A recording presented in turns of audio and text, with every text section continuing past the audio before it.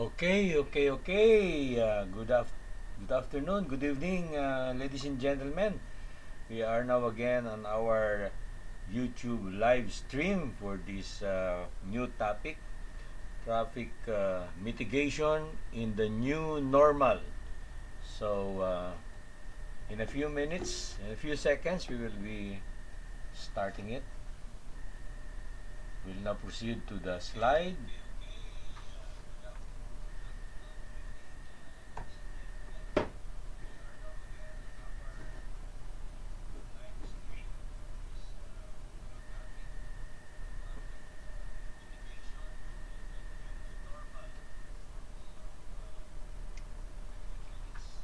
Okay, so we are now on this cover page of our topic for tonight. So um, let's have a short prayer. We will have here our prayer. So, in Father, Son, Holy Spirit, Amen. Lord God, we thank you for allowing us to have this presentation tonight, Monday evening, and we believe that this topic will be very important again in the future or in the immediate future after the pandemic, because very slowly the condition in the streets for transport and traffic will be uh, slowly be going back to the previous situation. So let me just check my so Lord God, we ask that you continue to guide us, bless us, and um, allow us to be able to accomplish this uh, online presentation tonight. We also ask, Lord God, that you uh, keep us away from this sickness, from this COVID, and also keep us away from any uh, accidents. And we also ask that you um, protect our family, our loved ones, Lord God. All this, Lord God, we ask in the mighty name of your Son, Jesus Christ. Amen. Okay, so I'm Engineer William Masintuhan. Um, I am the admin and founder of the um, Facebook group Advocates for Traffic and Transport Engineering Management of the Philippines, and today it is now the Traffic and Transport Engineering Education Management. So I hope you are a member of this group. So if not, then you just after our presentation, just find it there in Facebook, and uh, please click to become a member of this group. Okay, so in addition to that traffic and transport engineering group, we also have related groups there, that Talakayang Pinoy, and another group, the Let Us Save Mother Earth, and of course EDSA. No? EDSA is Engineers, Designers, Specialists, and Architects Facebook group. So, I've in the past I've been involved with as a technical consultant for the Field Track Rapid Bus Transit System of Mr. of Field Track Incorporated, Mr. Francis Ayuseco as the president. And we have offered to the government during the time of President Aquino, Corazon Aquino, the time of Secretary Oscar Orbos, a field track rapid bus transit for EDSA. And later on, we also offered this for C5. That was when the C5 was still quite new in 1997. It was actually uh, awarded a franchise order, but the Asian crisis of 1997-98 hampered its implementation up to today. Okay, so yours truly have been involved with various traffic and transport engineering um, consultancy services for various projects, including the Citra Skyway during the first phase, and then we have the EDSA MRT project in 1996 to 1999. The LRT Line 2 project, also 1996 to 20, 2003. And also the EDSA Ayala Interchange, the BCDA flyover, the one going from Bendia going to Fort Bonifacio, the C5 Bagong Ilog flyover, the EDSA Estrella Interchange projects, and some smaller projects. And I'm presently the proprietor of FEM Safety Engineering Construction. And in the past, I've operated Versatech Consultants, which was involved with these various traffic and transport projects in the past.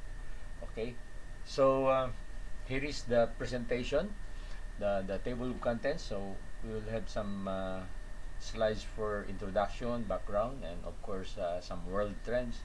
And we have traffic education per person on a micro basis. So in other words, what can an individual do in order to mitigate the traffic. Then we'll discuss traffic management, then traffic engineering, then transportation systems, then mass transport, and integrated transport system. So in general, these are the topics that we're going to discuss. There are some specific details in each of these that will be discussed. Okay, so introduction. Prior to the pandemic, meaning to the COVID pandemic, you know, every urban center experiences this increasing problem of traffic congestion, especially during rush hours. Man hours, imported fuel, among others, are wasted. It is therefore exigent that a concerted effort by both the government and the people should do things to alleviate this problem. The equivalent cost of losses from the loss of man hours for commuters and motorists, more fuel consumed for vehicles, increased carbon emission to the atmosphere, among other detrimental effects due to delays in heavy or slow traffic flow, could be in the range of billions of pesos annually. This is according to UP NCTS, National Center for Transport Studies. And credit to this photo from the ABS-CBN is typical for a day in EDSA prior to the pandemic. Of course, when the pandemic came in, the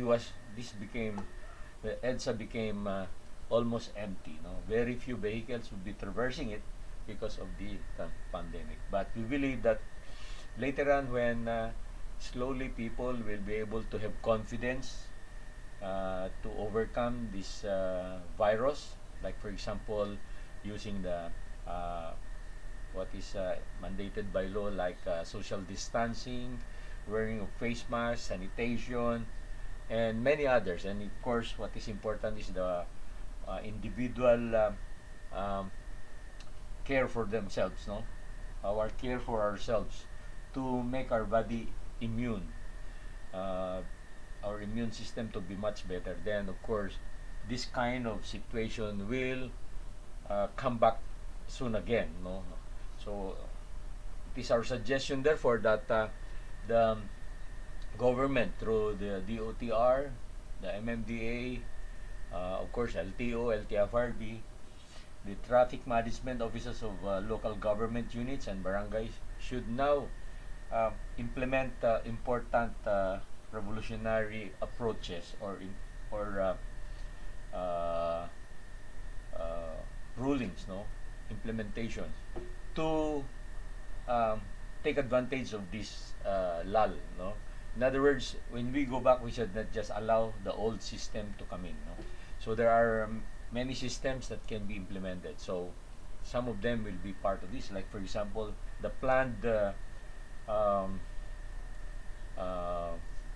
innermost lane used for high occupancy vehicles, emergency vehicles, planned by the MMDA as of today, and they already have put bollards to isolate the innermost lane of EDSA, is a right direction to this. And of course, they just need to implement this rapid bus transit system, similar to the Coritiba, similar to the Philtrack, rapid bus transit, where the innermost lane closest to the MRT3 system would be utilized, no? And you just need to provide um, markings. Of course, you have to add some more pedestrian overpasses, and of course the approach bridges to be able to for passengers to be able to reach the loading platforms that will be put in the middle, no, aside beside the MRT3 alignment. Okay, so this is the present situation. Again, credit to the owner of this picture. This uh, innermost lane of EDSA will be the one to be used, no? The one closest to the MRT system. You need to put the bollards in this lane here, so that this innermost lane would be used for the rapid bus transit system. Uh, the buses on the outermost lane will be, uh, of course, selected. If you have to select some of them to operate in here, or you just have to allow an operator to do it with the supervision of the MMDA and the DOTR. This is to make the system more efficient. When you do this, when you allow this innermost lane to be used for mass transit, just like the rapid bus transit, no, then there will be more lanes intended for private vehicles, no. So that means that you will have this lane, 2, 3, and 4 lanes, or 5 lanes even more, to be used for public. Bear in mind that the public, the private vehicles are the most number of vehicles in our streets today, no. And today, the situation is that there are so many buses using the two yellow lanes outside, no. But the system is not systematic, and therefore sometimes these two yellow lanes are not enough for them, because when they load and overload, or when they overtake, these buses occupy the third lane, and sometimes even the fourth lane, and therefore slowing down the traffic of public or private vehicles. So that's the present situation. Now, if you're going to use the innermost lane, then and there is a systematic loading and unloading in designated location or situations, then it could become different. Of course, you have to institutionalize fixed salaries for them with some bonuses if they do good, if the system could do good, no. So that's the system that we want to that the government, we want the government to implement, no. Not a bara system where, you know, these buses just want to overtake and just wait for passengers and slowing down all the traffic. So we have to improve the system now. This is the opportune time to do this. Before, when things like this was being presented to the MMDA during the previous MMDA chairman, including now the Senator Francis Tolentino when he was the chairman, no. The problem was they could not overcome the buses, no, the IMBOA, the Integrated Metro Manila Bus Operators Association there. They could not, because they have the existing franchises. But when the pandemic came in, so this is the opportune time. And we need political will from the MMDA and the DOTR to do this, no. And the signs are very right for this, and we have to do it now. Otherwise, we will go back again to the same old system, which is very, very inefficient, unruly drivers. So we have to correct it now. Okay. We'll just go over this. No, these are the top 10 cities in the world which have the worst traffic situation. So Los Angeles, New York, Moscow, Russia, Sao Paulo, Brazil, San Francisco, Bogota of Colombia, London, Atlanta, Paris, and Miami. So most of the cities are in America. So how many? 1, Los Angeles, 2, 3, San Francisco, and then of course Atlanta and Miami. So many cities from the US. Okay, here are just some backgrounders more. No? In 2017, Manila ranks among the worst cities in Asia when it comes to time people spend daily on traffic gridlock. No? A study commissioned by ride-sharing company Uber showed yesterday, this was in 2017. Uber Philippines General Manager, of course, today Uber now is not in the country anymore because they sold their franchise or their operation to Grab. Okay, so Grab is there now. But just this statistics in 2017 shows that Manila, this puts Manila at third worst in Asia behind Jakarta and Bangkok. That was the situation in 2017. But towards 2019, I think we have become the worst. Okay? Now, this is another one. Metro Manila, CNN Philippines, February 2018. The Philippines is now losing 3.5 billion. That was in 2018. Due to traffic congestion in Metro Manila. This is from the Japan International Cooperation Agency. If we do nothing, it will become 5.4 billion a day in 2035. But with BBB Build program, it will be reduced to 3 billion a day. With an additional projects, it will be reduced to 2.4 billion a day. JICA Philippines Office Chief Representative Susumu Ito said. The report said traffic demand stood at 12.8 million vehicle trips in the metro. Traffic costs in Bulacan, Laguna, Cavite, and Rizal had also reached 2.3 billion a day in 2017. So see, we've been losing a lot of money. It's collective, not only the government, but all the people that are affected lose this amount of money. And we spend it on more fuel, we spend it on the lost time, or lost man hours, and so on. And of course, we also lose it on the polluted atmosphere, which people, are affected. Many get sick, so they spend more on hospitalization. Okay, so the CBTs will always be a magnet for everyone. Let's face it, no. This is a picture of the Ortigas Central Business District, and every day motorists will just drive in the main thoroughfares of the metropolis, going to the Central Business District. So this is the big problem. The zoning design of the metropolis is the problem.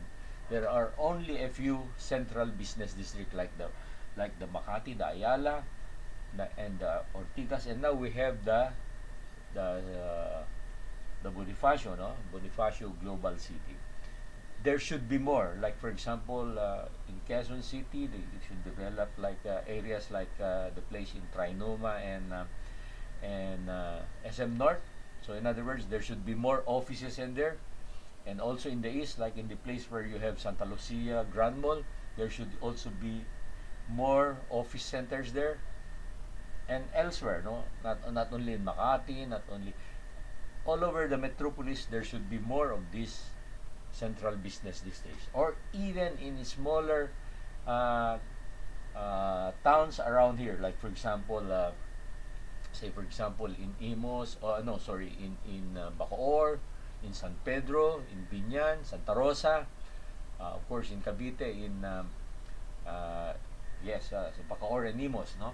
And of course in Bulacan, as far as let's say may Kawayan and Malolos of Bukawe, and in Rizal like Cainta, Antipolo, and Taytay.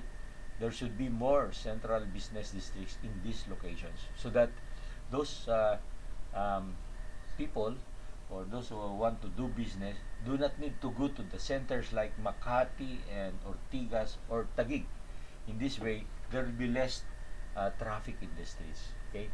And of course, the Balik Probinsya program of the government being planned today is also a step in the direction. No? Like our proposal for the government to put up export processing zones in those cities where there are renewable power plants located, like for example in Ormoc City or in Tacloban. There in the island of Leyte, you have the geothermal power plants in Tongonan, Leyte. So therefore, if you put export processing zone there, then there will be cheaper electricity because of this.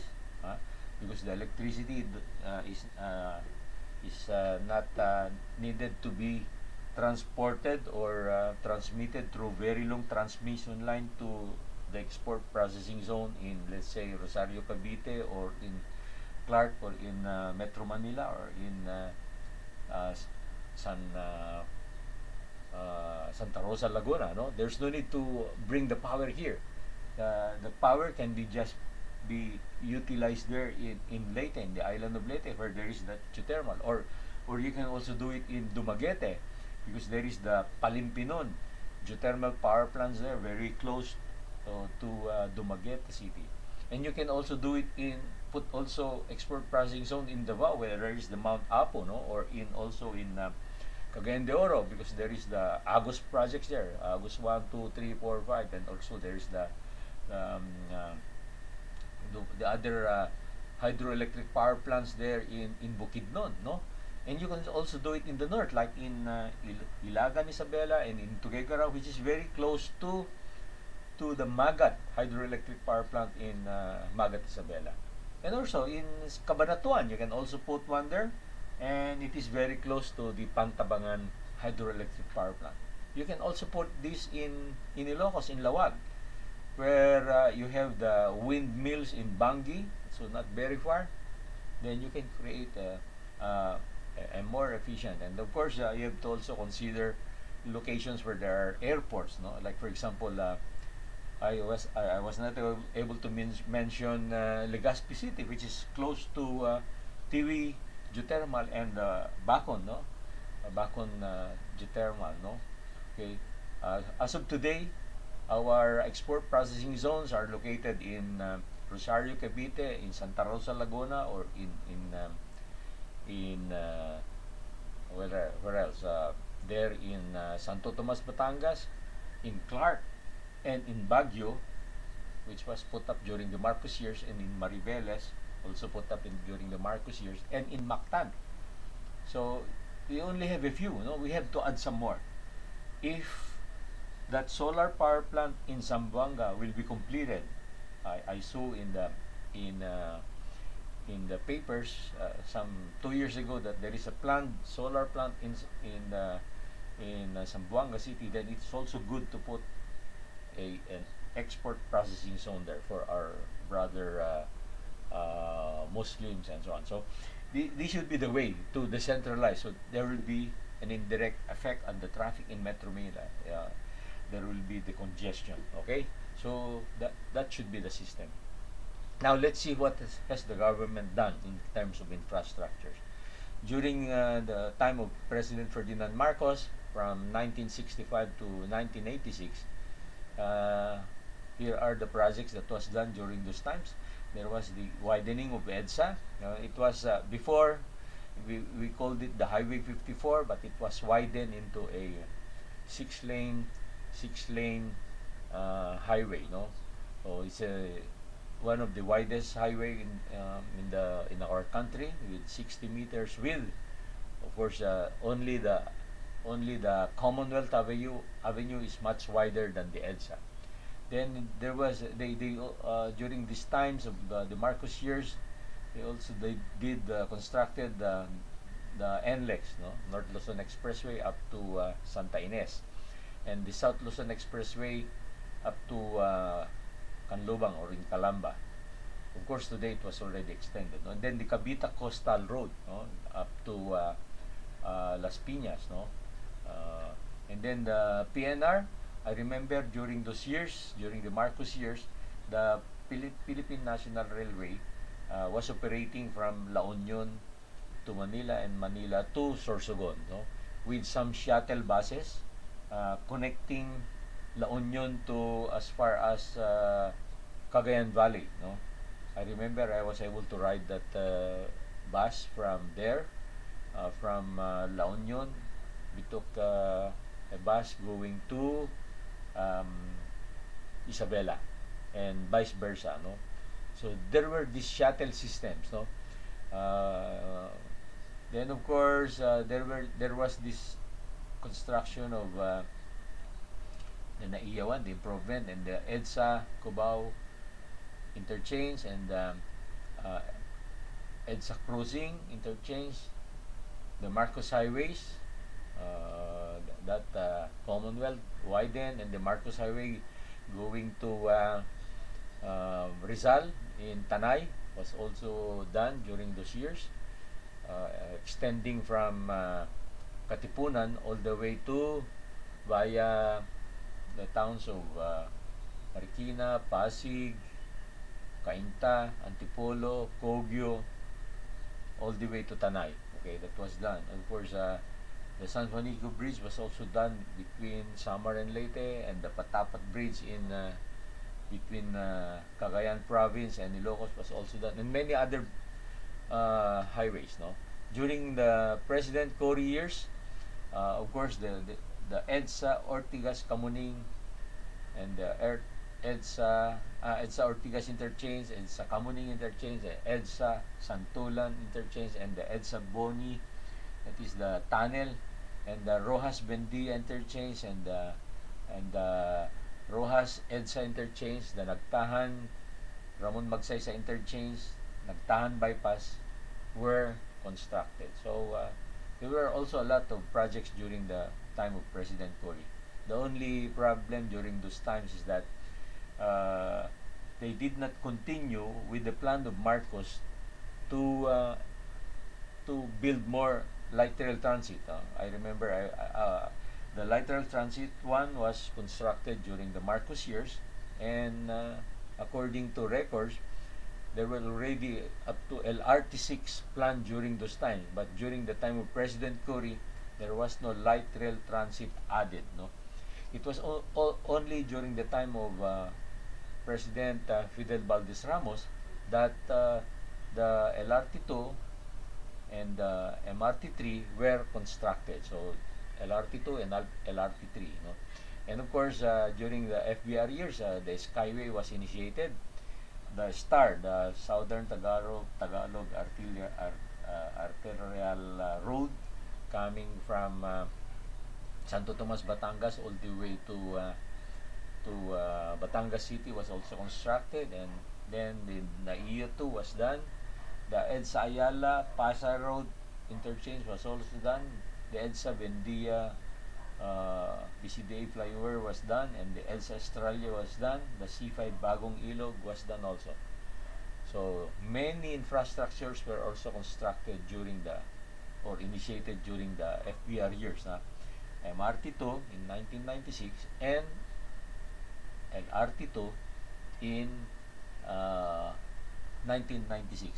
Same years. Of course, they were finished during the time of President Erap for MRT3, and during the President GMA years in 2003 for LRT2. So during the GMA years, the SCTEX was constructed, the EDSA Quezon Avenue was done, the EDSA Tramo Pasay flyover was done, the C5 Katipunan was done, and the C5 Ortigas interchange was also done. Batasan Commonwealth Tunnel was done.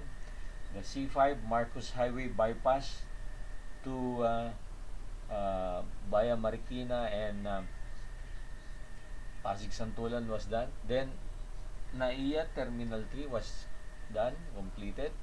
The Clark International Airport was also done.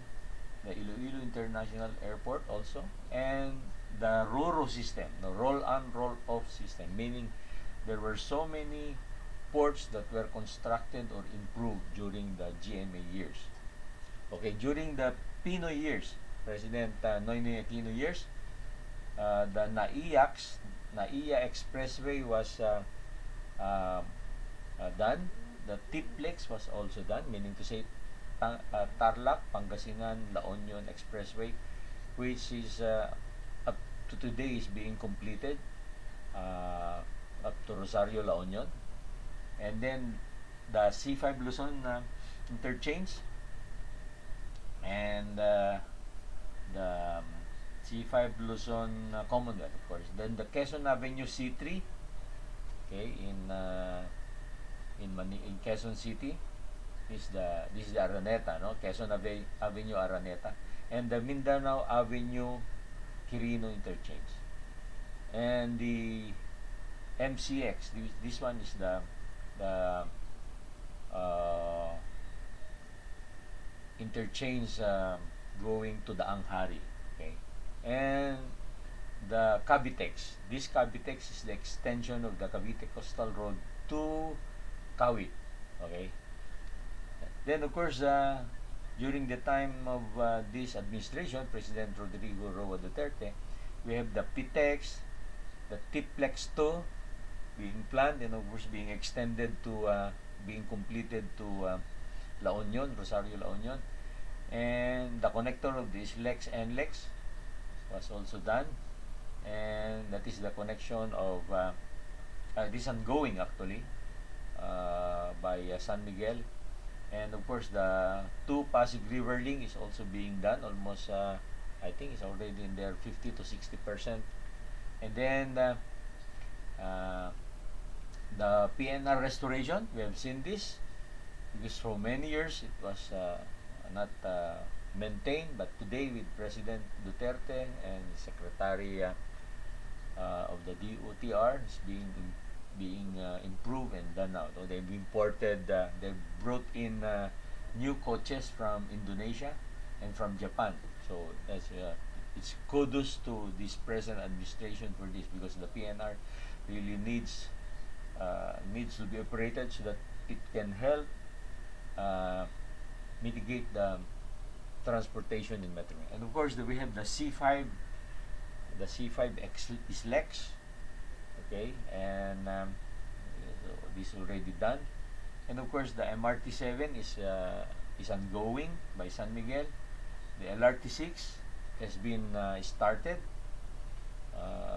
This project has long been planned, but it was only during the time of President Duterte that it has started groundbreaking. No? And of course, the LRT extensions being completed. It was initiated during the Aquino years, but it was very slow. Hopefully now during the Duterte administration it will be completed. This is an additional 2 stations to LRT2, which the one in Santa Lucia and the other one in Masinag. Of course, the subway is being planned. Hopefully they will now start with the groundbreaking. I think there's a snag on the right of way. Then of course the Cavite Laguna Expressway, I think this is already have started connecting the Cavitex to the SLEX. Okay, and the Sangley International Airport has also been started and improved, and the Bulacan International Airport has been awarded to San Miguel, except that they have not started, I think, the groundbreaking. And there's a planned Mindanao Railway in Davao area, and also a proposed busway, hopefully in Cebu and here in Metro Manila.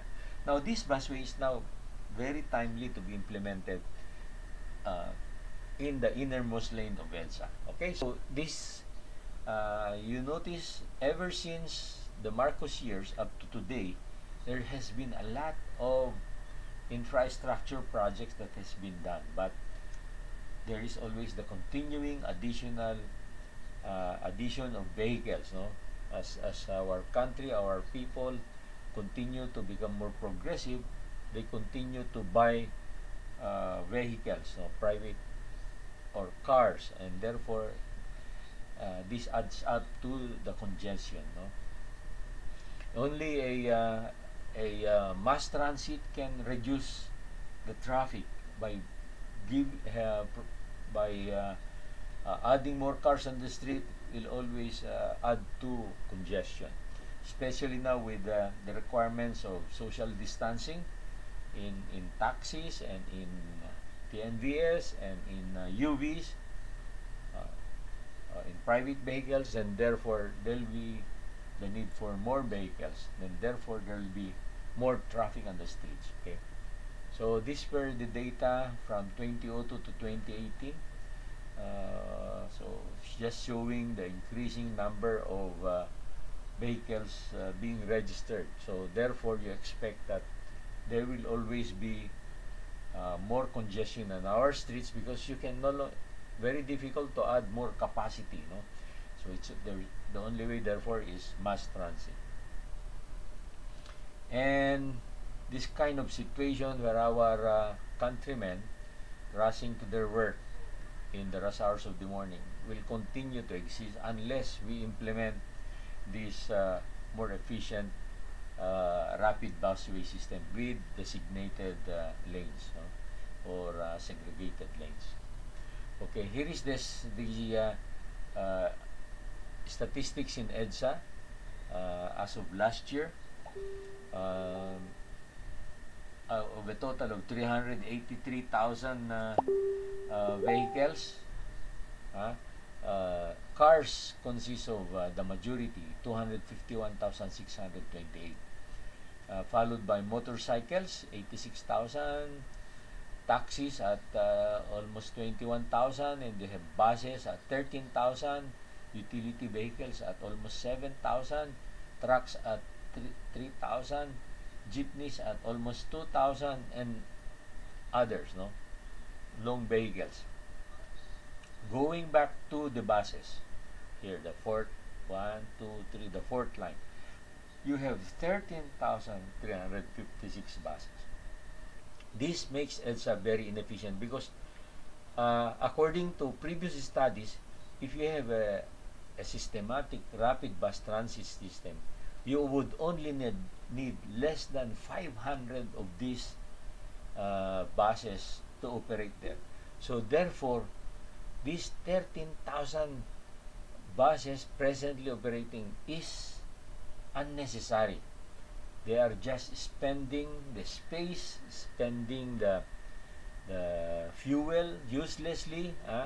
Many of them are running not filled even 80 to 90% of their capacity. So the system really, the previous present system before the pandemic is really not good for our economy. Should be changed to this rapid bus transit now. Okay. So what can we do until such time that we have this more efficient system? Okay. So now we go to so what would be the contribution of every citizen? No? As the government is trying to find some solutions, we as citizens, motorists, or commuters can do something to mitigate or alleviate the situation. Traffic management by individuals or person. This is the micro traffic management. Okay, first, we suggest that if you have not done this, you can download by Google Map or Waze on your smartphone. Okay, you enter the destination where you are going, select if by car or Grab or by public transport or by motorcycle.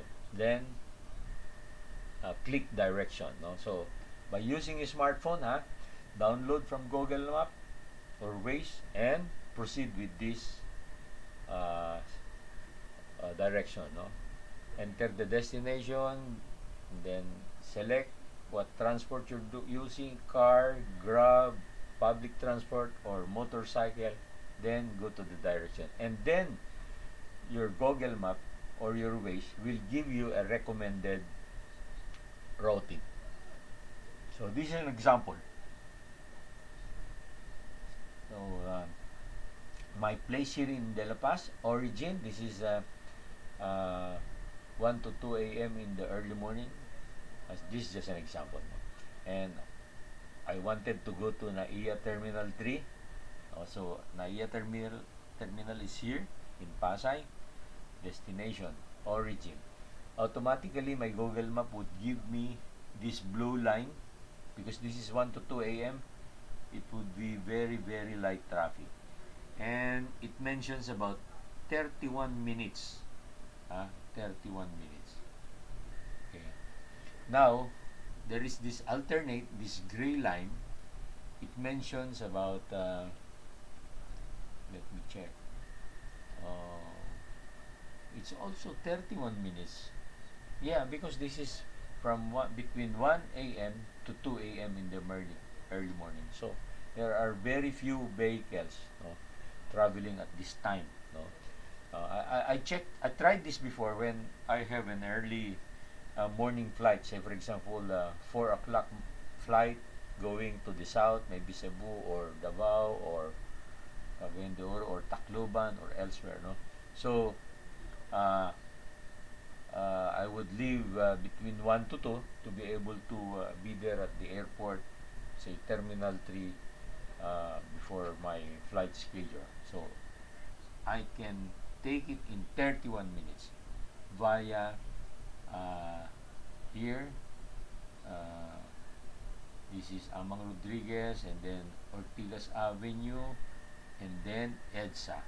The alternate route is via Marcos Highway going um, the the Dumacapagal Highway, then going to C5 to EDSA in Santolan or Bonisaran, and then of course EDSA all the way to Terminal 3. So that's one example.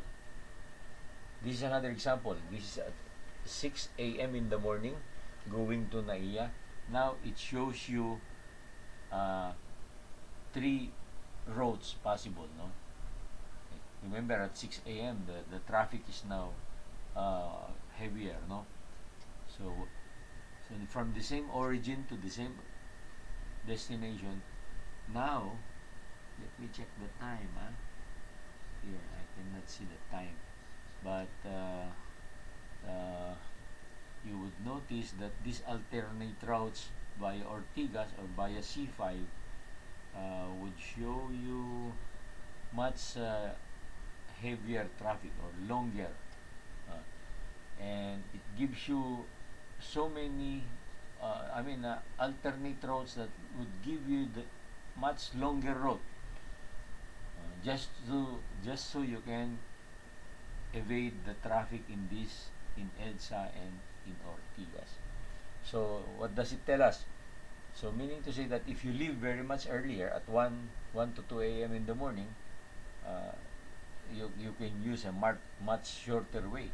But at 6 a.m., if you pass by this shorter road, it will take you a longer time. So these are the way that you could manage your time, no? Meaning you can come out much earlier. Okay, I have here another destination which is very close to the U.S. Embassy here. Or this is Rojas Boulevard, and this is the U.S. Embassy very close it. And here is again my origin. So it gives me 2 alternate routes. No, one is via Ortigas and EDSA all the way to Rojas Boulevard, and then northward in Rojas Boulevard to there in the destination. Okay, yeah, and let me see the time. There is no time indicated, but the alternate route is here, and I know it's much longer. Okay, so this is from 1 to 2 a.m. in the morning. Now let's see it at another time. Okay, now at 6 a.m. now this road via Makati is already heavy traffic.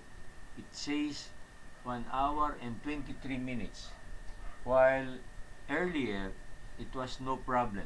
The travel time was much faster. So here 1 hour and 1 hour and 9 minutes for a road inside San Juan and Manila. You would see here locations, red marked locations where the traffic is much heavier.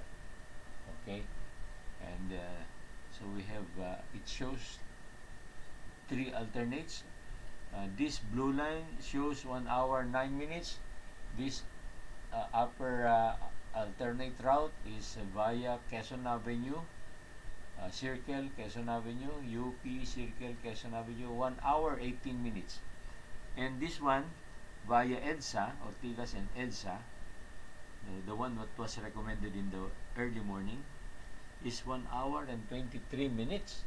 So you see, by moving leaving your place at an earlier time, like 1 to 2 a.m., the traffic is much easier. Of course, you might say it's impractical leaving too early. You're still asleep, you have an option. By using this, you have an option. When you just ride your car at this time, then it will be too stressful, no? It's already too much stress driving on the roads, leaving at this time in the morning. And because if your appointment is 7 o'clock or 8 o'clock, then really the stress will be much more. Okay, so here's another one. uh, I'm just showing this destination from the same origin using another smartphone. It shows me this alternate route. Let me check what time is this. No, it's 11:33. It's 11:33 in the morning. It shows the suggested route is via Marcos Highway, Katipunan, then CP Garcia, then via the Circle, and via the Quezon Avenue, via Quiapo, and there, presto. The time is, what is the time? 1 hour and 6 minutes. If you take this other road, like via EDSA and this road, plus it is 3 minutes slower. So, there, by using the Google Map, you can make a decision on what route you're going to take. So, therefore, you should not just drive and drive. It's better for you to open your Google Map and see the suggestions, no? Because it's through the Google Map that you could see there are possibilities of congestion. Like this one, there is a congestion here in Barangka in Marikina, and there is also some small congestions there in BIR Road, and here also in Timog or West Avenue, and here in this is a portion there in España, maybe this is near UST, and of course near Quiapo, then there. Okay, so the red marks are the congestion, so you can decide. However, if you select this other route, the gray one, it says 3 minutes slower, and so on and so forth. Okay, another example. From the same origin going to, let's say, Fairview, Novaliches, okay, it would show you this route via Katipunan and Commonwealth. And there is this alternate route passing through Marikina and San Mateo, which is 10 minutes slower. So, again, you can also use this. So, therefore, on our own individual capacities, you can use this Google Map, therefore, to determine your option on what roads you're going to use. No? Of course, be very careful when you pass through unknown roads, roads that are not that are lesser known, because sometimes Google Map and Waze are not updated with regards to this excavation. But when you're talking of major thoroughfares like, of course, EDSA, C5, Commonwealth, Marcos Highway, Ross Boulevard, Bendia, Ayala, these kind of roads, most of them are the information given by Google Map or Waze are accurate. What I'm telling you is, let's say, for example, you want to use C6 instead of C5 if you're coming from Bicutan. At one time, I tried to use it. I found out that C6, some portion in C6 at that time is not yet, or there are some congestions. No? So be careful, because such kind of lesser unknown alternate roads are sometimes if there are excavations there or there are congestion in there, Google Map and Waze are not informed immediately of this. So you might just get stuck. So you must use those uh, more common roads, like EDSA, Aurora, Magsaysay, Quezon Ave, Marcos Highway, Rojas, and so on and so forth. Okay, so let's just review this. It is our recommendation, therefore, to recommend the road shows that the estimated travel time is very long compared to the normal travel time. Then you can make a decision if still you will try to sail through the slow or go and stop, go drive for the next hour or so. You might as well spend the time in a more worthwhile activity elsewhere, maybe in the coffee shop or in a nearby joint parlor or shop. No, this is an alternative. So if you see it's very heavy traffic, very long drive, then you decide. But if you have an important appointment, make better um, leave early. Leave early to make sure that you'll not stuck up there in the heavy traffic. Okay. Here are also our recommendations to the Land Transportation Office that the GPS or the smartphones with Google Map app capable responding to this app be made mandatory requirements in all mobile vehicles, including 3 or more wheels. Even tricycles should be, so that they will be reporting also to the Google Map or to the Waze system, especially the trucks, the long trucks. I remember I was coming from from the south one time, from Batangas. So according to my Google Map, it indicates that C5 is green.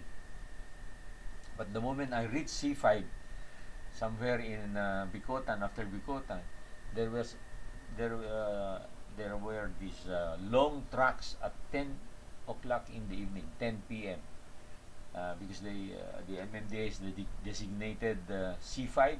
Suddenly, I was stuck there in some portions as well, somewhere there in Taguig, all the way to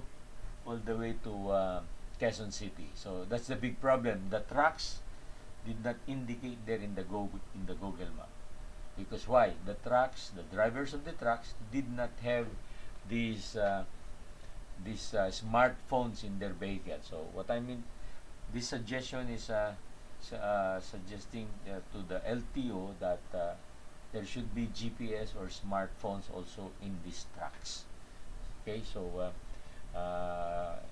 this not a big investment on the part of the truck owners. No? Okay, and also, of course, that free e-load data be made mandatory for traffic and transport monitoring purposes. So in other words, the DOTR can make an arrangement with service providers like the PLDT, the Smart, and the Globe to provide free data for the traffic purposes. No, for traffic purposes, traffic info purposes, there should be free data provided. We have noticed that Globe and Smart already give the free data, but in the data for the traffic should become free, no? So that this will be for the benefit of every vehicle on the street, or every vehicle driver or pedestrian on the street. Okay, so now there is also the possibility that you can use motorcycle, no? Here, as you would notice, I have a road here in the corner of EDSA corner of Panay Avenue. From here, it would give me 3 alternate roads. One is Ortigas Avenue, EDSA, and then the other one is via Boni Serrano, then EDSA, and then the third one is via Aurora. So you would notice, therefore, that the least time is via this road, which is Boni Serrano, 36 minutes, and via Aurora is 37 minutes. Of course, via Ortigas is 1 hour, 3 minutes. So definitely, this is out of the question. But this is recommending, or you will also notice that you would see this is for a car, but there is for the motorcycle, it's only 37 minutes. So if you are a motorcycle rider, so you can have also an option to select between using your car or using your motorcycle. So you save 6 minutes of the time if you are a motorcycle rider, of course. Of course, now the uncash is no longer allowed, but it is still an option, no? Especially today with the new normal, okay, where the single vehicles like motorcycle or e-bikes are much preferred than the TNVS or the taxi. Okay, use motorcycle or van delivery is also recommended. You can use Lalamove. You just pay for the delivery. Or the Angkas. Not Angkas, so you must use the motorcycle delivery. Or there's the Spotify, Transportify. And there is another one, I forgot the name of the other one, no? Which have these delivery services also. And of course, you can also use the LBC, the JRS, or the DHL. These are courier services if you need to deliver some items within Metro Manila. Okay, now we proceed to traffic management on a macro scale. Okay, traffic management is a general function of the government, of course. So it concerns the planning, control, etc. Traffic control management is design, auditing, implementation of traffic control plans at work sites and civil infrastructure projects. Traffic management can include, but is not limited to, flagging, lane closure, etc. So that is traffic management definition. And there is the traffic management during construction.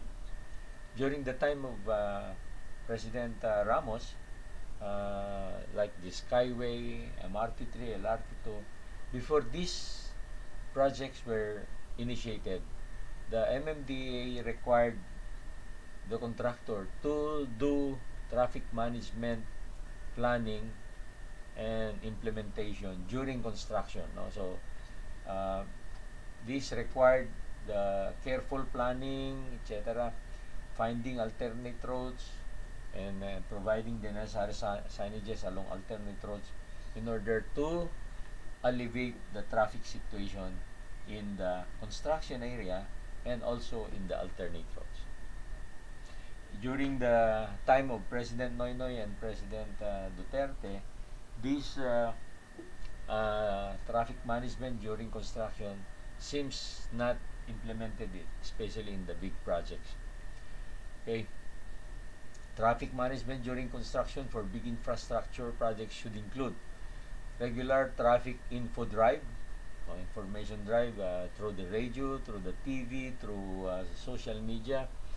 Okay, traffic announcements in the multimedia, traffic billboards, traffic advisories, identification of alternate routes, geometric and roadside improvements, pedestrian lanes marking, pedestrian overpasses and underpasses, traffic signages, traffic enforcement at construction area, construction by phase, no, not closing lanes, no, except for, let's say, Commonwealth Avenue, which is a very wide avenue with 10 lanes on both sides. So now the contractor there are using the innermost lane today, so that leaves an additional 5 to 6 lanes for the traffic. So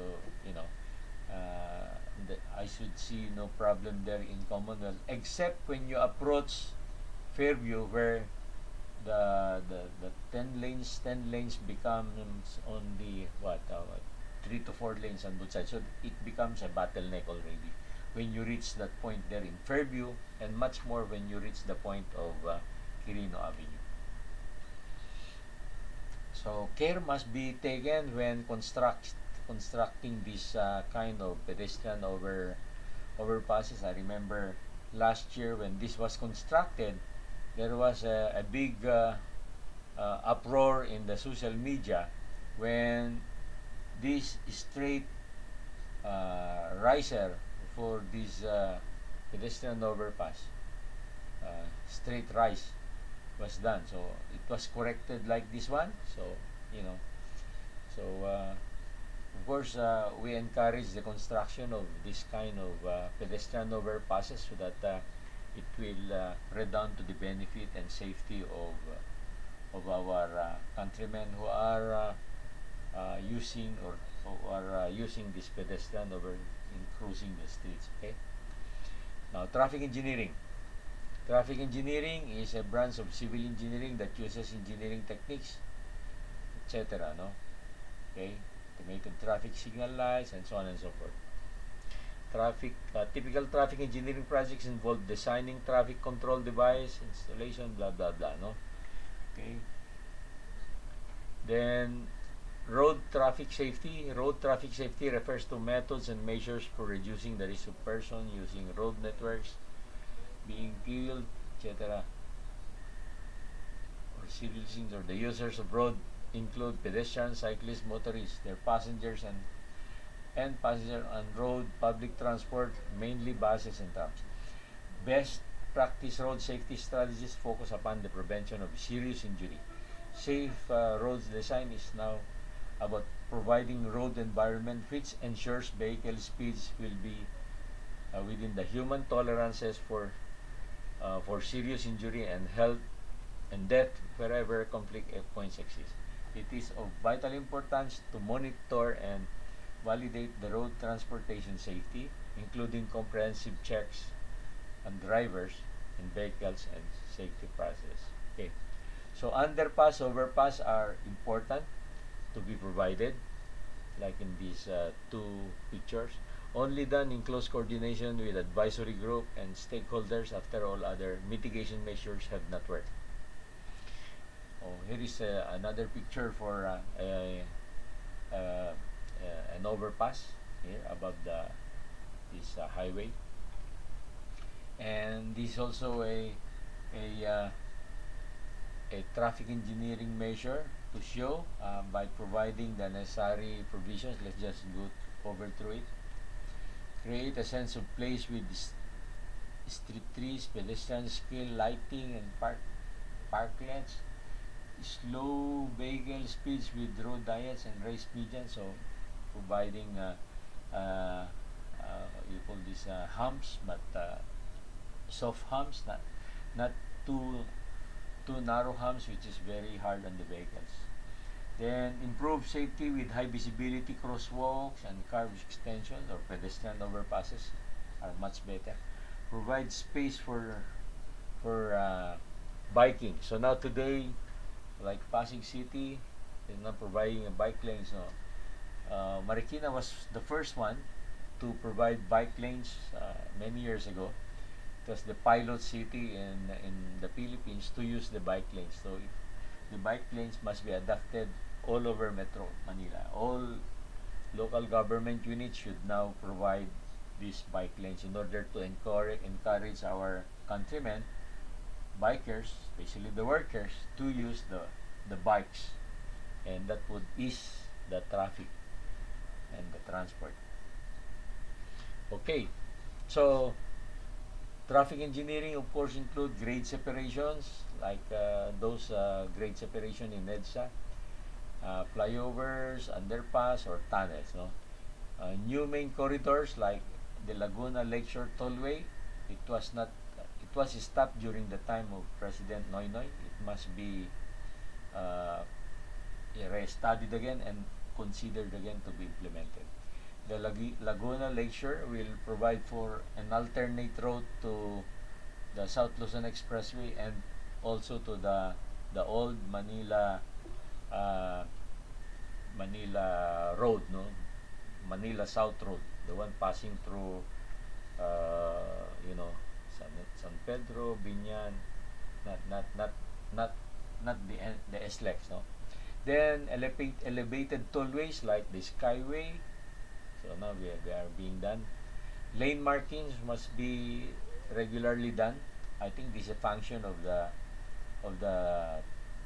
toll board, which motorists are paying for, when they register the car. A portion of the registration fee goes to this budget for this. Road widenings should also be done. I know there is being done now in all nationwide. Median island barriers. So the median islands should be provided with barriers to make sure that safety is also uh, provided, or is greater. No? Designated loading and unloading zones, uh, like in major thoroughfares like EDSA, like Commonwealth, and some other thoroughfares in the metropolis, and in other urban centers of the country. These designated loading and unloading stations or zones must be adopted by LGUs. Then, of course, traffic signages, traffic billboards, to continuously remind motorists about these traffic situations. No? Then pedestrian overpasses. We have many of them there in the Ayala Central Business districts, coming from, let's say, Legazpi Village, going to the Ayala malls. No? In Ortigas, there is also this pedestrian overpasses now being constructed. No? The one crossing uh, Emerald Avenue, or now the Ortigas Avenue. Um, and of course, bike lanes. I mentioned already about this. It was originally in Marikina, but now must be adapted in every city. Bike lanes must be adapted now in every city. Then, parking areas near or beside main stations like LRT and MRT stations. It would be good for the government to acquire, no, parking spaces alongside or adjacent to this mass transit, so that would encourage car owners to park their cars in the parking and take the mass transit. Okay, this the data on road widening. Last year, the government has already implemented this road widening in the national highways, 15 meters from the center of the road towards the left or right. Okay, and in provincial roads, 7.5 meters from the center of the road towards left or right. And municipal roads, 6 meters from the center of the road towards left or right. And barangay road, 5 meters from the center of the road towards the left and right. So, of course, the problem with this right of way is it takes time to do this, because some in some places there are already the houses that need to be moved, so it takes a long time for this to be done, but it must be implemented. The government needs to put some money into this to fully implement this, or otherwise government should provide alternate routes or bypass roads of LGUs or urban centers in the country. We have seen this already in Chaong, Quezon, and in Candelaria, Quezon, also in the next town. And of course, there is this already, the bypass road there in Lucena, and also now in San Fernando, La Union, and some other cities. So every key city or town should be provided with these bypass roads. No? motorists should not just be forced to pass through inside a very narrow uh, poblacion road, no? Alternate roads must be provided, and they must be barricaded, no? In other words, provided with fences to allow for fast travel and also safety of the people near the area. Okay. Now, road drainage improvement is also a traffic mitigation measures. Uh, the government should continue to identify these low-lying roads and must provide improvements to the drainage. Otherwise, if they are not improved, then this situation where you have flooding, slowing down the traffic during the rainy season will always happen. Okay? I remember one situation here is España. España in front of the UST, they tried to elevate it, but the problem is there is inadequate drainage system. The capacity of the drainage lines below the surface of the road is not adequate. The solution there is to provide increased capacity of the drainage so that flood waters could be accommodated uh, by this drainage underneath or below the grade. No amount of elevating the road is enough, no? Even if you elevate the road, if the drainage is not adequate, then you will always end up with this situation. Okay. Of course, the PTEX project is a good project, except that its partner in the north, in let's say Valenzuela or Mecawayan, is not yet complete, and also some other partners of this PTEX in say Santa Rosa or in Binyan or in San Pedro outside of the metropolis are not yet completed. They must be completed so that you can provide for this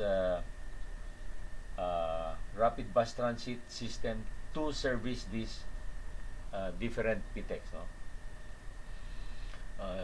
Of course, PTEX means Parañaque Integrated Transport Exchange. So you must also have this maybe in Valenzuela. Valenzuela Integrated Traffic Exchange. I'll also have this in, let's say, Santa Rosa or Binyan. Binyan Integrated Traffic Exchange. And also in Rizal. So say for example in I think there is one now being planned there in Marcos Highway, in the boundary of Marikina and Pasig, Santolan, or it can be provided somewhere there in Antipolo or in Cainta. Okay, so such kind of interchange of integrated transport exchange would reduce the number of vehicles or buses running inside the busy roads of the metropolis, no? Like EDSA, Marcos Highway, uh, Roas Boulevard, Bonifacio, Avenue, what else? You have and all the more narrow streets like Quezon Ave, Aurora Boulevard, Ramon Magsaysay, and of course some other roads, no, that are narrow.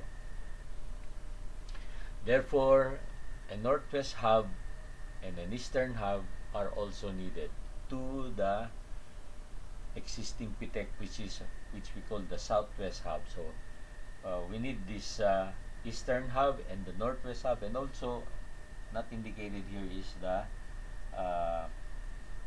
one we propose for in, let's say, Binyan, either Alabang, Binyan, or Santa Rosa.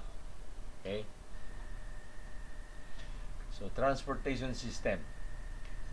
What is an efficient transportation system? A well-designed intra-city system, segregated from other traffic flow, reasonable cost, high degree of safety and reliability, avoid unnecessary traffic flow, well-maintained and managed. So that is an efficient transportation system. So mass transport. We have now the LRT1, constructed in 1981. MRT3 constructed in 1999. LRT2 completed in 2004. And then of course the PNR, 1970s, now being resuscitated. So very good. Then of course the subways there being planned now for from Quezon City to the airport.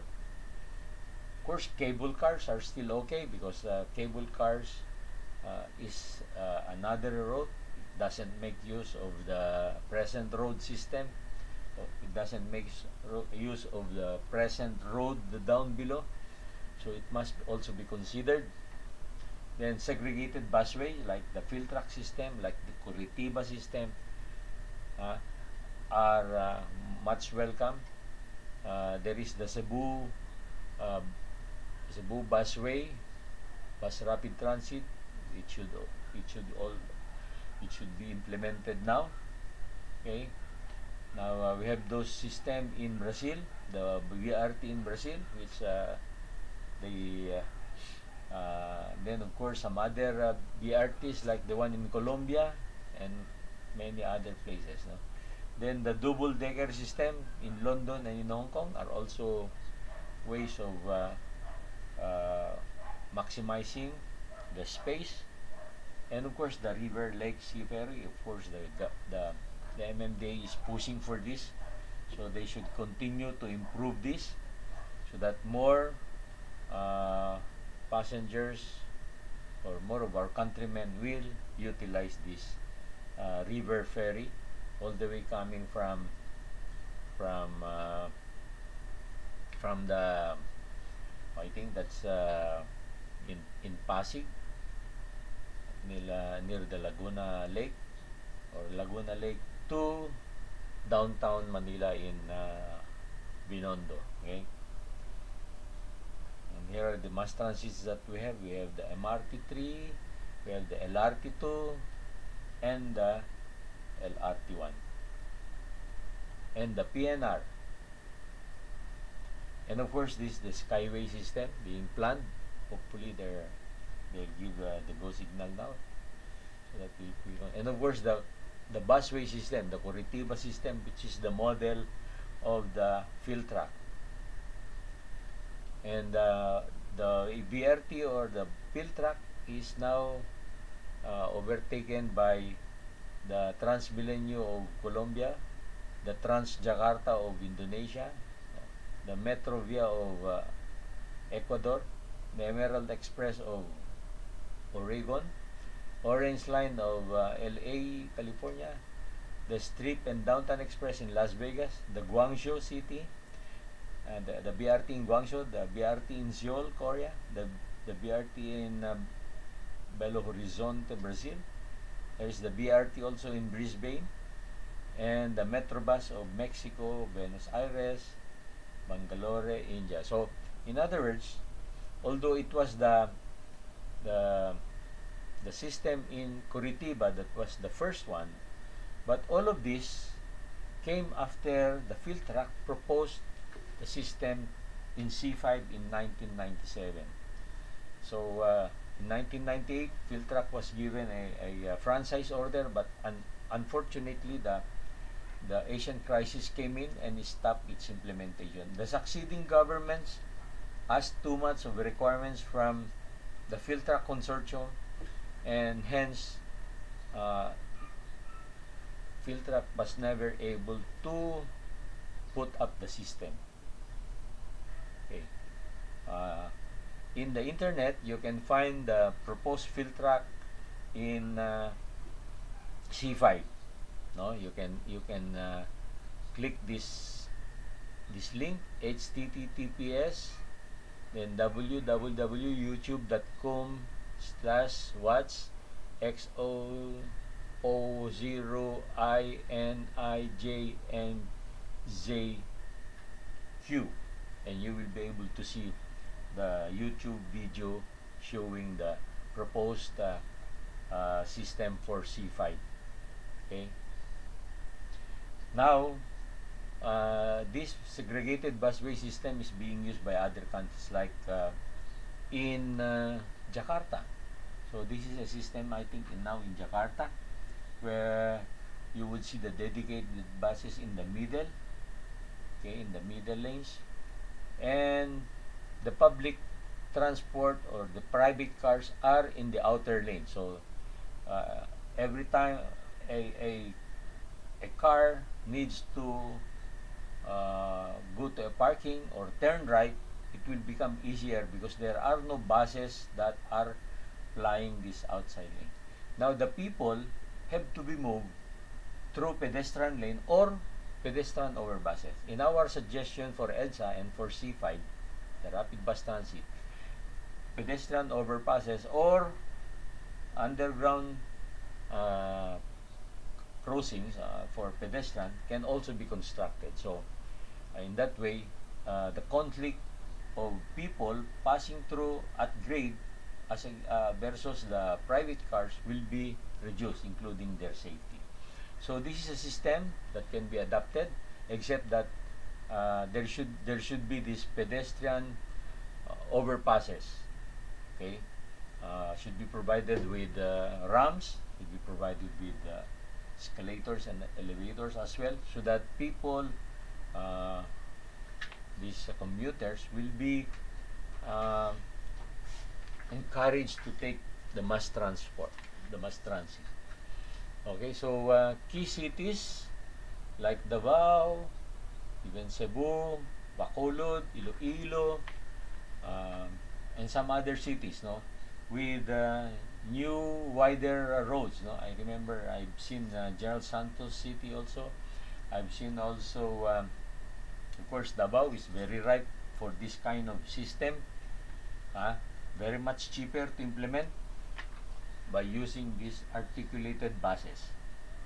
Okay, the articulated buses that we suggest should have a loading platform in the middle, so that would require doors on the left side of the bus, not on the right side.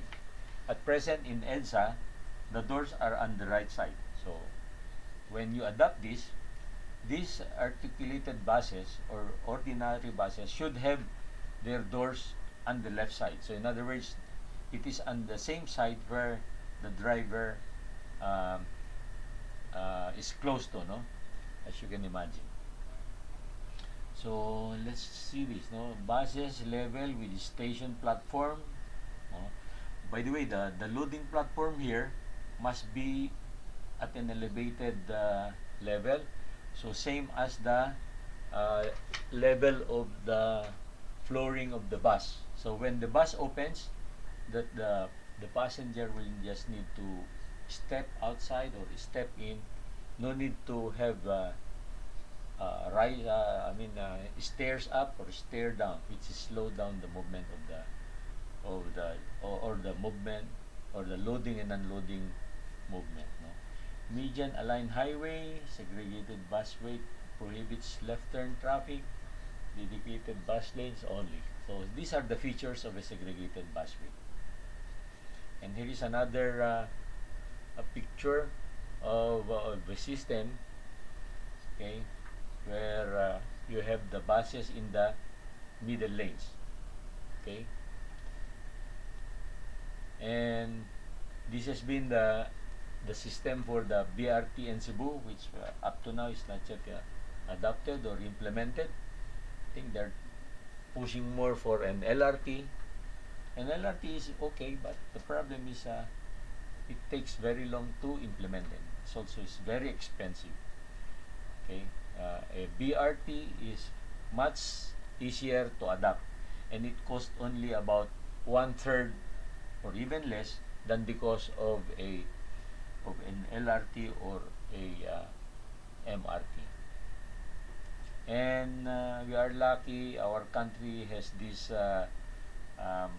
electric train developed by the Department of Science and Technology. So it must already be adapted. The only problem with this, it still has its stairs, so it is less efficient. It must have a platform inside that is at the same level as the loading platform. Okay, so its guideways must be provided like the design in the field track rapid bus transit. Okay, so inner lanes of the Asia could be used for desegregated rapid bus way system. So we have been suggesting this before the pandemic. Now today, I hope they can, the MMDA and the DOTR can adapt it to use this innermost lane of the ELSA. Okay, and this was our suggestion before to adapt this rapid bus transit with selected stations like at the MOA, at the circle in MOA, and then in EDSA EDSA Harrison, and then of course here is Malibay, and here is Estrella in Makati, and then the White Plains Avenue or Green Hills, then in Main Cubao, and then here is Nepacu, and of course Bago Bantay, and this is Kaingin, and of course Quirino, Paso de Blas in Valenzuela. We did not put stations where there are MRT stations, no? So the idea of this is complementary to the existing MRT3 system. So those that has the existing MRT stations, passengers or commuters are encouraged to take those points, no? But those which doesn't have stations like Australia, White Plains, Maine, Nepacu, or here in Malibay and Harrison do not have MRT station. So the articulated rapid bus transit system in the inner lane could be would encourage passengers to take the mass transit. We need political will to adopt this, no? It's the only thing missing in the adoption of this pragmatic, economical, easy to implement, and equally efficient segregated busway or BRT system, like the field track rapid bus transit system, or any other can use it, no? Any other, but must follow the same strict system of the rapid bus transit, field track rapid bus transit, or the BRT system in Curitiba, or in Colombia, in Seoul, in Jakarta, and elsewhere. Okay, the less efficient transport system must be reduced, like taxis, Uber cars. They should be regulated, because providing more of this will just exacerbate the traffic on the streets, no? Today, because of social distancing due to the pandemic, the tricycles are needed. But in the long run, it is still the mass transit system like the LRT, the MRT, the PNR, and the BRT, the proposed BRT, as the better alternative for mass transit. The PUJs are not efficient. The point-to-point AUVs are not efficient. The horse-drawn caratela in Manila are also not efficient. Okay, so all of these inefficient, not efficient system, the DOTR on the LGUs concerned should control the giving of franchises to this, no? LGUs should just refrain from just giving and giving and giving, or issuing and issuing franchises to this kind of inefficient transport system. Or they can only be used to service the mass transit, which later we will be discussing about the shuttle loop system. Integrated transport system. Okay, so now we discuss the shuttle loop system by using UV express vans or motorbike parking, etc. And then of course bike lanes, multi-level car park as a means of integrating the transport. Here is the shuttle loop system. Adopt a turn right loop system. This kind of loop movement will always have a faster cycle time than any other type of travel loop because it avoids possible intersection delays if there are left turning movements.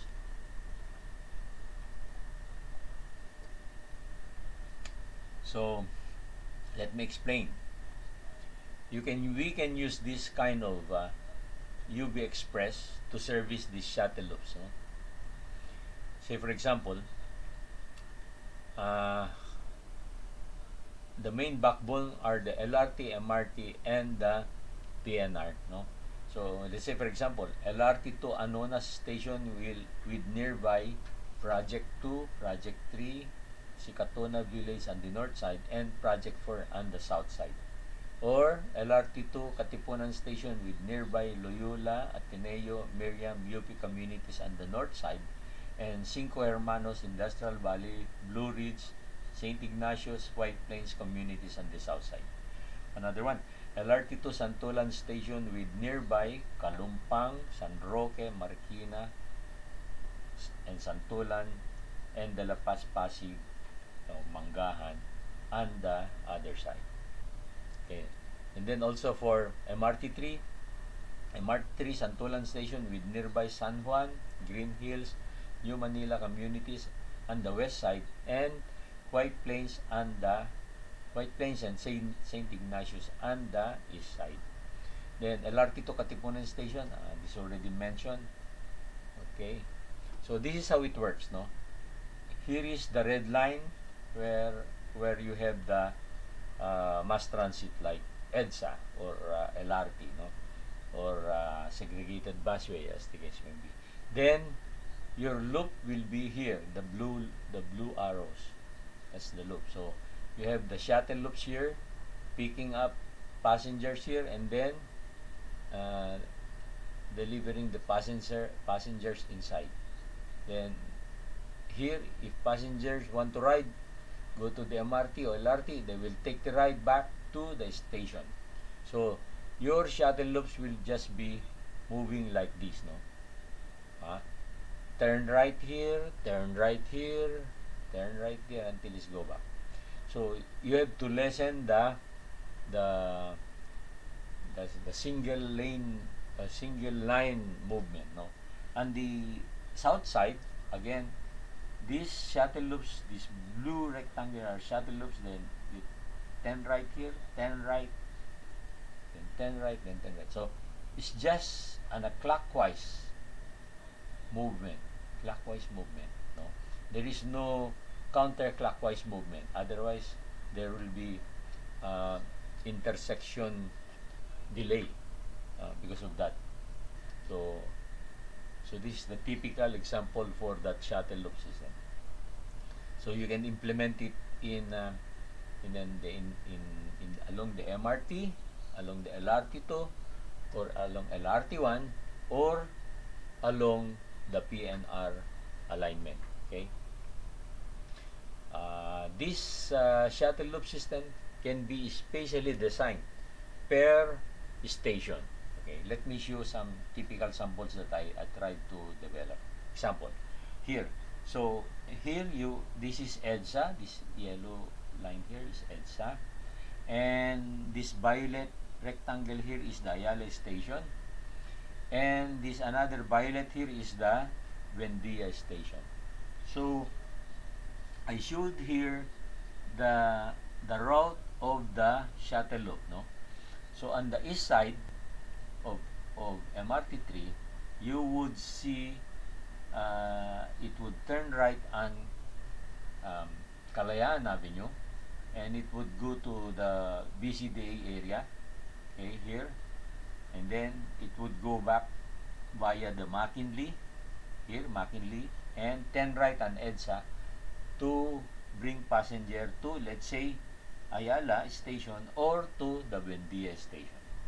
Okay, so say passengers go down here, or passengers are picked up here inside the BGC and then brought to the station. Okay, let's see the west loop. Let's say an example, one West Loop. No? This is one that would service the Salcedo village. So, passengers, MRT passengers go down here in Buendia, take the loop system. The loop system 10 rides in Ayala Avenue, and then goes to Salcedo village, and then from Salcedo village goes back to the Buendia MRT station. Okay, so let's say for example Ayala station. So passengers go down in Ayala Avenue station or Ayala station, take the shuttle. The shuttle will turn right at Pasay Road there, then passes through this road. I forget this road, no? It is parallel to this road, no? Then go back to there and turn right to Ayala Avenue. Turn right on EDSA to reach the Ayala MRT station. So that's how the shuttle works, no? Again, take note, the movement is only clockwise, no? Turn right, turn right, turn right, turn right. So no left turns or no crossing. So let's see another example. Here another example. I showed here the Ortigas station and also the Show station. So let's say for example the Ortigas station. So a passenger commuter will come down in the Ortigas station, take a shuttle. The shuttle will turn right on Ortigas Avenue and passes through here, and then goes to, let's say, East Ortigas in Tiendesitas, then goes back. It is also possible to pass through, let's say, here, or here, as the case may be. So shuttles can be made here. So turn right, turn right, turn right, turn right, and so on. You can also do it in here, in this portion here, in Capitol Commons, to service Capitol Commons, going to Show. You can also do it to Wakwak and Green Hill. So here, this is Show Boulevard, and then this road here, then there, and goes back to Ortigas and reaches the Ortigas station or the Show station. So you can do that, no? Here is Boni, can also done through inside Mandaluyong. Okay. So each of the station can be selected. Okay, so here is also possible for the Santolan station. Okay, here is Campaginaldo and here is the Crame. So you can also use this. Passes through the, I think this is Annapolis, and then Ortigas, then back to Boni Serrano and back there, no? So can also be done through here on the east side.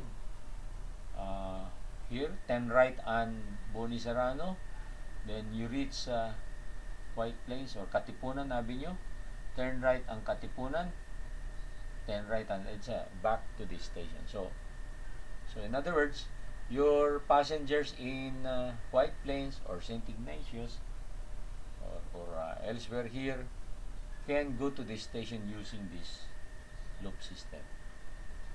Same on this side. So each station can be provided with a specially designed route to service the passengers in the area. Remember, the target of these shuttle loops are those car owners, no? Car owners in White Plains or St. Ignatius or in Blue Ridge or Corinthian, car owners in Green Hills and in the shopping center and so on. So that's how it works. Okay, so this is LRT2.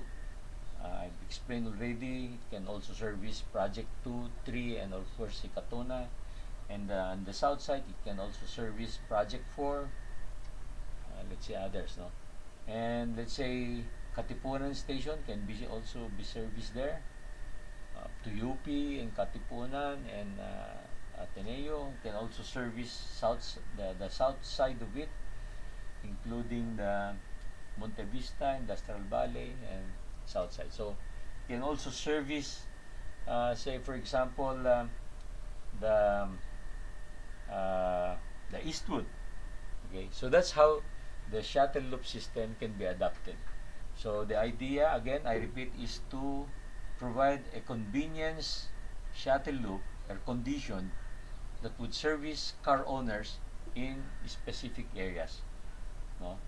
So, of course, the MRT3, LRT2, LRT1, the PNR should improve also their facilities so that these car owners will be encouraged to leave their cars, take the shuttle loop to be able to reach the the stations, no, and take the mass transit system, no.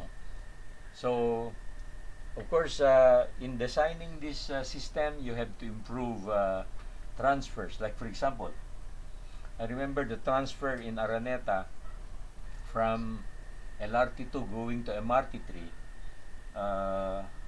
because the designers of LRT2 and MRT3 put the stations very close to, let's say, MRT3 very close to farmers, and LRT2 close to Gateway, no.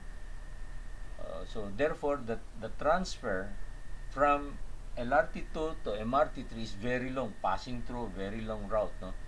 The better way is to locate the stations much closer to the intersections, no, so that people who are taking the mass transit will be encouraged to move through it. Otherwise, with the present situation today, you have to provide maybe an air-conditioned passageway, no.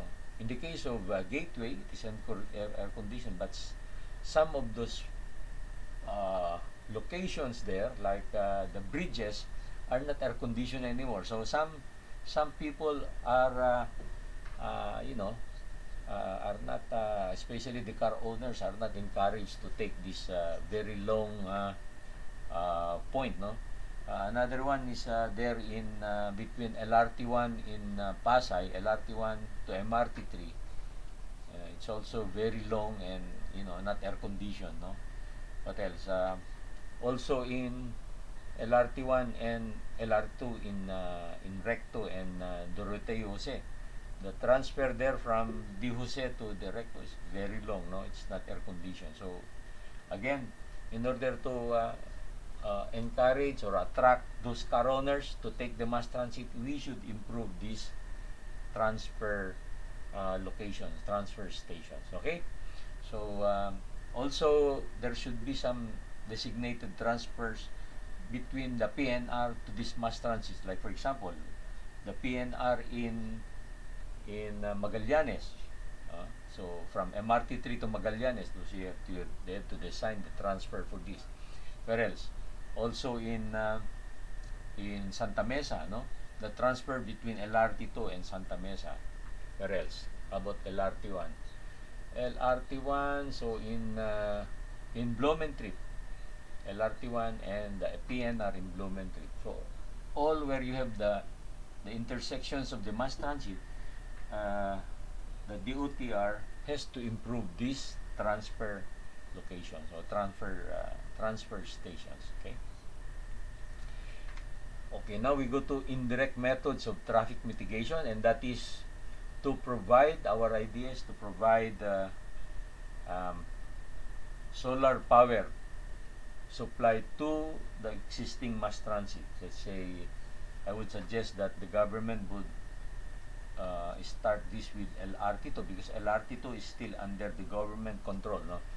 LRT1 is already under private operations, so they might not invest in putting solar on the top, no. MRT3 is, could also be done because it is under government. How we do this?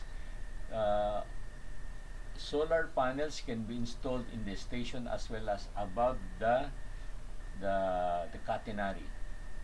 It must be carefully designed to provide these solar panels, and the output of the solar panel will be, the power can be injected via grid tie system to the system via grid tie, and the savings in energy from the utility company will be used to improve the operation, no? So say for example is the if the operating cost is let's say 20 to 30% of the cost of electricity being paid to the utility, because you're going to receive energy free from the sun, then you will be saving this much money. Now these savings will be used to improve the facilities of the mass transit of the MRT3, LRT2, or LRT1 stations. LRT 3, yeah, stations and the system, so that you'll be able to attract more car owners to take this mass transit. Like for example, providing for coffee shops, air-conditioned coffee shops in the elevated station. This should attract the people, no? Okay. Of course, aside from that, we should also encourage work at home, so to reduce the traffic in the streets, in the major thoroughfares, like online work. So it's now very timely because now the pandemic has required or requires these online works, no? BPO, business process outsourcing, call centers. Design works, consulting works can also be done in the homes using good internet. Okay, then research work can be done, sales works, and some other works could be done at home. Okay. Also, adopting a 4-day work week instead of a 5-day for government, or 5-day for private instead of the 6-day work week is also a good way of reducing the traffic, no? Of course, when you do a 4-day work week for government, that means the 40 hours work week will become 10 hours per day work week, no? So 10 hours per day. That means you'll be extending the working hours from, let's say, 7 o'clock maybe to 7 to 6 straight time. Okay? Whichever an agency or a private company will adapt as its working time, as long as you reduce the number of days that your personnel will be traveling to work. Okay? According to some studies, 4-day work week potential benefits includes more family and leisure time. So that will improve the performance of the employee, you know. And there is the reduced commuting time, of course. There is the decreased overhead cost of the company. Okay. 4-day work week trial results. So these are just from studies that have been done, no, in the past, showing improve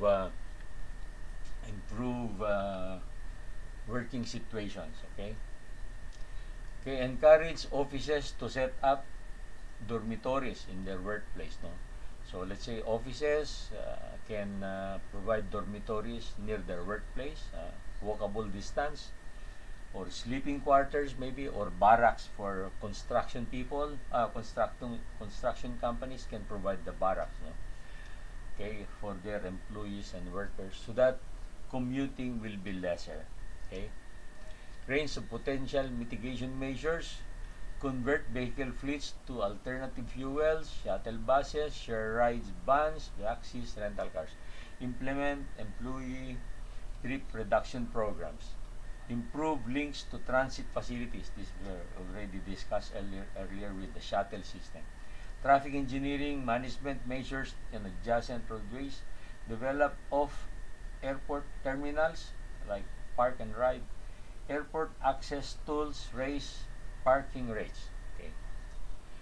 Okay. Some advanced transport system. The use of drones is encouraged. So of course, it's as of this time still a little expensive, but in the long run, they will pay for itself themselves. No? Human copter. We've seen this in Star 888. Okay. Maybe still. Not really attractive because probably of the danger. Needs skill to operate this human copter. Use of autonomous vehicle drivers. So with this, there are now testing this in Japan and in America and elsewhere in the world. Okay? Okay, hybrid buses for cleaner environment is encouraged. That's it. So that's our presentation. I hope you were able to pick up some suggestions that could be applicable in your urban centers. And we strongly encourage the government and the private sector to adopt revolutionary measures in order to improve our present traffic and transport system. So let me go um, to the chat group. If there are some questions there, we see none. Anyway, this will be shared to our subscribers, and we will be also be sharing this in our Twitter, LinkedIn, and in our Facebook accounts. Okay, so seeing no questions from our chat box, we now have our closing prayers. In the Father, Son, Holy Spirit, Amen. Lord God, thank you very much for being able to conduct this presentation on YouTube Live. And we thank you very much for your continuous guidance for us, for every one of us, for keeping us away from this COVID, for making our body healthy, strengthening our immune system so that we will be able to slowly uh, um, make our economy improve and regain our lost time in the advent of the pandemic. And Lord, we continue to ask for your blessings for our for our family, for ourselves, for everyone, and for our government people, including the leader of our country, our president, the leaders of Senate, the leaders of Congress, the leaders of the courts, and the police, the leaders of the military, and everyone serving the people and the government. We ask through this, all of this in the mighty name of your Son Jesus Christ, who lives and reigns with you forever and ever.